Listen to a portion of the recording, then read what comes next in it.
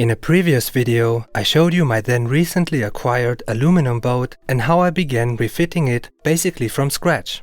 I built a new transom, installed floors, seats, and I added a shiny new dashboard. By now, the boat is fully operational, and so here's what I did next. First, I'm going to attach the steering wheel. To do that, I need to find the perfect position. As always, in the early stages of a project, duct tape is my best friend. Once I found the ideal position for the steering wheel, I drill a hole to allow the steering mechanism to fit into the dashboard plate.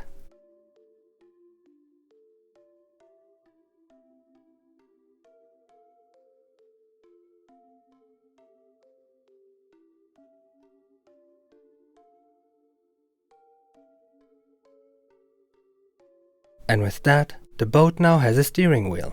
Later on, I got a much nicer looking steering wheel, which I will show you in a moment. I got these old cast aluminum lighting fixtures from old GDR boats, and after stripping off the paint and sanding them down with increasingly fine grit sandpaper, I was able to polish them to a near mirror finish.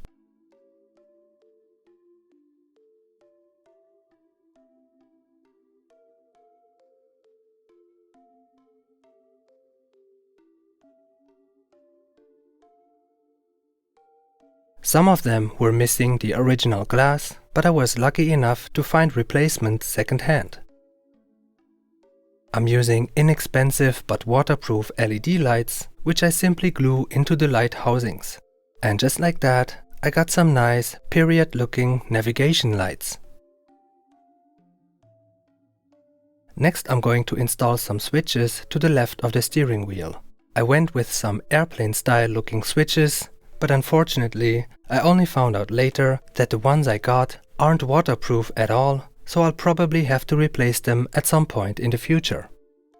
I marked and drilled the holes with the utmost care since I wanted them to be perfectly aligned.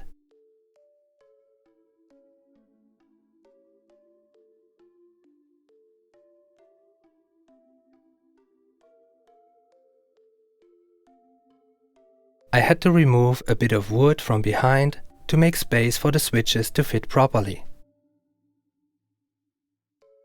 And now I can go ahead and install the switches themselves.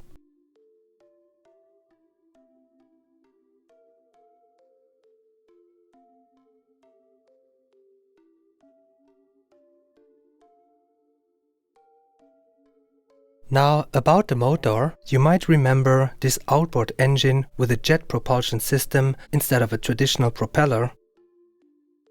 In a previous video, I mentioned that I didn't dare to install this motor on the aluminum boat because for one, it didn't quite fit, and for another, I was worried that it might be too heavy and that the boat would sink.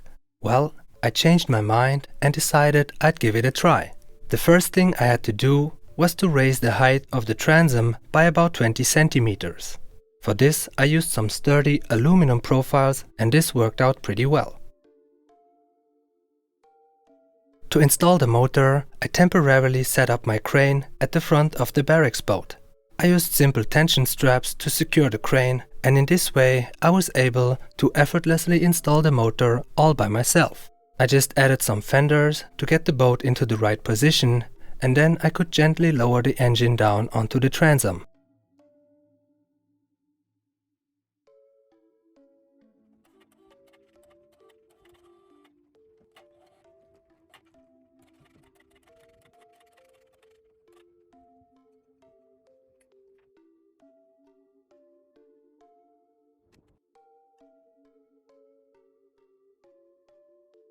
Finally, I need to install the control box in a stable and sturdy way. Luckily, there was a piece of aluminum with a few holes already pre-drilled, so I put together a simple structure that let me install the control box securely. Now, everything is ready for a little test run. But before we do that, here's a quick word from today's sponsor, Manscaped.com. They sent me their Performance Package 5.0 Ultra, starring the Lawnmower 5.0 Ultra. With its dual blade system, this trimmer is truly next level. The upgraded trimmer blade longer, wider and with rounded teeth, makes it tough on hair but gentle on skin. Then switch to the foil blade for a smooth, skin-level finish. It also features a brighter LED light and dual temperature technology designed to suit all skin types, even in those hard-to-reach areas. And of course, it's fully waterproof, so you can use it in the shower. The kit includes the Weed Whacker 2.0 for ear and nose hair, plus Crop Soother and Crop Preserver to keep things feeling fresh and calm all day. Go to manscaped.com/firstboat and use the code FIRSTBOAT for 20% off, free international shipping and 2 bonus gifts.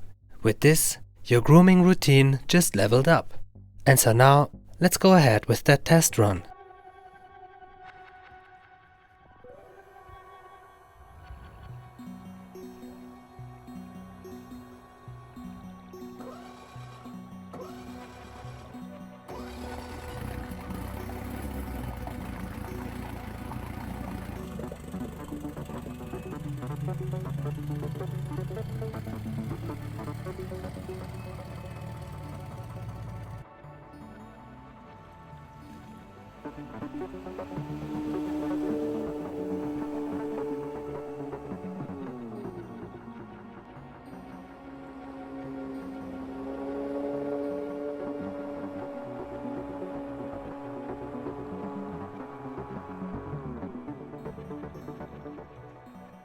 So for a first test, it's not too bad. But to be honest, I'm not really satisfied with the performance so far. For one, it's very loud, but I suppose there's not much I can do about that. Another issue is that it seems to struggle to really push the boat forward. I believe that might have something to do with the sideways water sprays we're seeing coming out in between the motor and the transom. It's probably related to the trim angle, and I might need to add a guiding plate to stop the water from hitting the vertical face of the intake manifold. So, to unlock the true potential of this motor, I'll need to spend a bit more time fine-tuning and optimizing it. And so for that, I'll see you in an upcoming video.